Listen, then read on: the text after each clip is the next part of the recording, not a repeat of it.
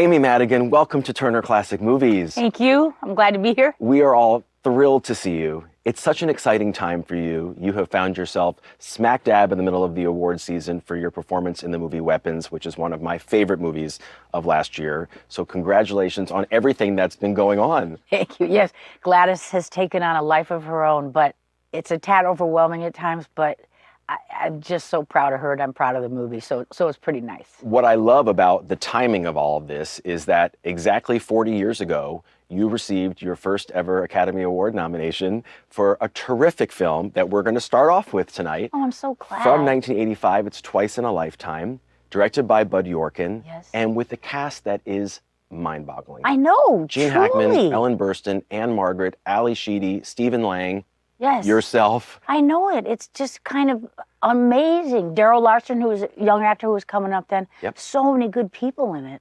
When you think back to this time in your career, so you had done Places in the Heart, you had done Streets of Fire, you had done some interesting television work. What was it like for you to get this part in this movie with this group of performers? I remember meeting Bud Yorkin very, very vividly in his office, and I just kind of came in, and I really liked the script a lot, and I knew that this character, Sonny, was a very powerful presence. And it's about a family breaking up, and so there was a universality to it. But I knew Bud Yorkin through all the work that he's done on his television work, that he was a little more behind the scenes than, let's say, Mr. Lear was. And I knew that he would handle it well. So, you know, to be with Gene and Anne Margaret and Ellen, I was like, wow. And then Dennehy, because I'd seen him do theater stuff. So it was a great gift. So yeah, as you mentioned, this movie is about a family. Gene Hackman and Ellen Burstyn are married. Gene Hackman starts an affair with a woman that he's met, played by Anne Margaret, and much to the consternation of his adult children, particularly your character. Her name might be Sunny, but she is not. Right. And she's the one who takes it the hardest of everyone in the family. How would you describe what you remember as being what was going on with her at the time? Yeah, just my own work, working on that film. I was so zeroed in on this character in the script. And I thought, I don't want to pull any punches with this because everybody is a different personality in the family. And there's always one that is a tad more explosive and feels they have to be the mouthpiece for all the injustices. So I took that mantle on very willingly. And I had a really good time doing it. But I remember doing it, I was so zeroed in. It was kind of that line of like, is this real or is it not real? Which was fantastic from actor point of view. I thought I would be intimidated when I first met the people. Of course I was. But after we started working, those guys are all pros.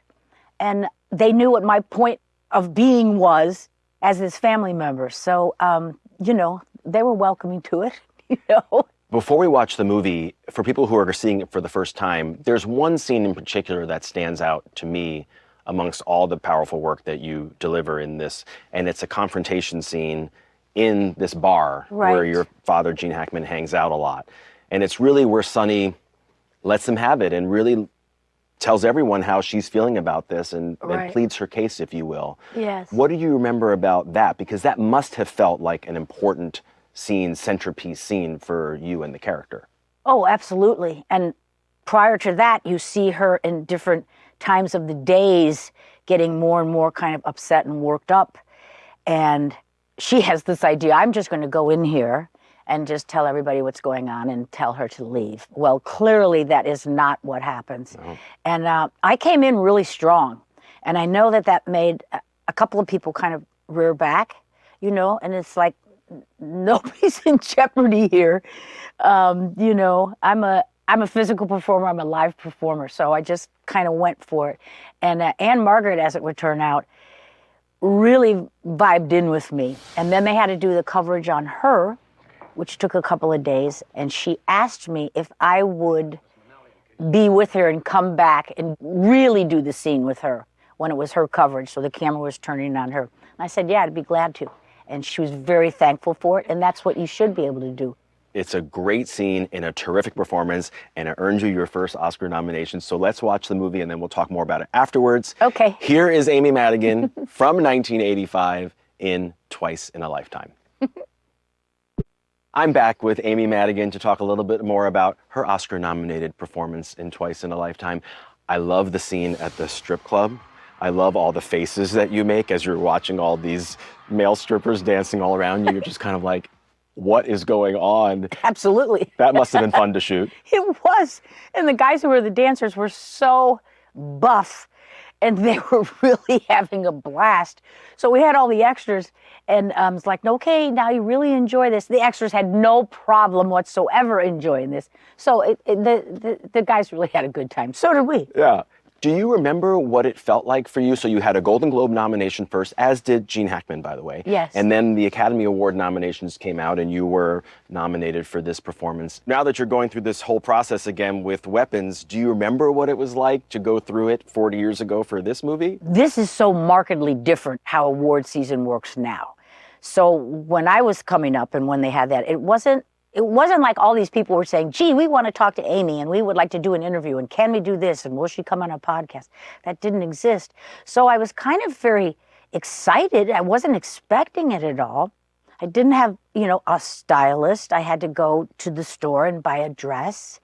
And it just kind of happened in a very natural way. This award season is very overwhelming and there's so much to do. I mean, I'm very proud of my work and happy for it, but it's a lot. And that was not the case 40 years ago. Right. Oh, it's Right. it's become a much longer season now. Yes, it is. It's like a political campaign now. I know it. You know that. You're yeah. interviewing people all the time. For sure. I went back and watched the clip. So it was Angelica Houston who won that category that Right. year for Prizzi's Honor. But there you are sitting next to your wonderful husband, Ed Harris, and you look great. You look fantastic, and you're just happy to be there. You're also nominated in the same category as Oprah Winfrey for The Color Purple. That's right. I think that was the year that Cher went. Cher, yes. And she wasn't nominated that year, but it was the year she came out in that Bob Mackie And she looked fab, crazy didn't she? look. Oh Yeah. my God. Did you remember having a good time at least that night? Yes, I did. Because it was just all so new and so exciting. And just like anybody else, you go, oh, look, there's that person. There's that person.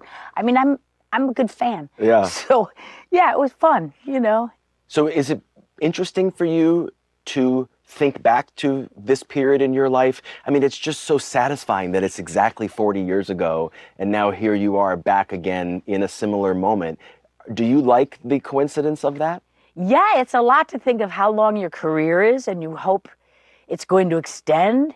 When you go up, when you go down, you can really go down. And so it's nice in another way because I've had a lot of work from then till now in a variety of ways, had a lot of down periods. So, and that's what a career is. So I get to reflect on kind of the longevity and what that means to me personally and my acting life. Yeah. Well, I have questions for you about the performance in Weapons, so if you'll stick around with me, we'll show another movie and talk about it. Okay. Okay. Yeah. Stay with us because coming up next, Amy and I will return to talk about a classic film from 1962 starring Bette Davis and Joan Crawford that inspired her work in Weapons. Don't go anywhere. Next on TCM, whatever happened to Baby Jane? Then Shield for Murder, and later, the Gumball Rally. Make a pit stop with TCM tonight.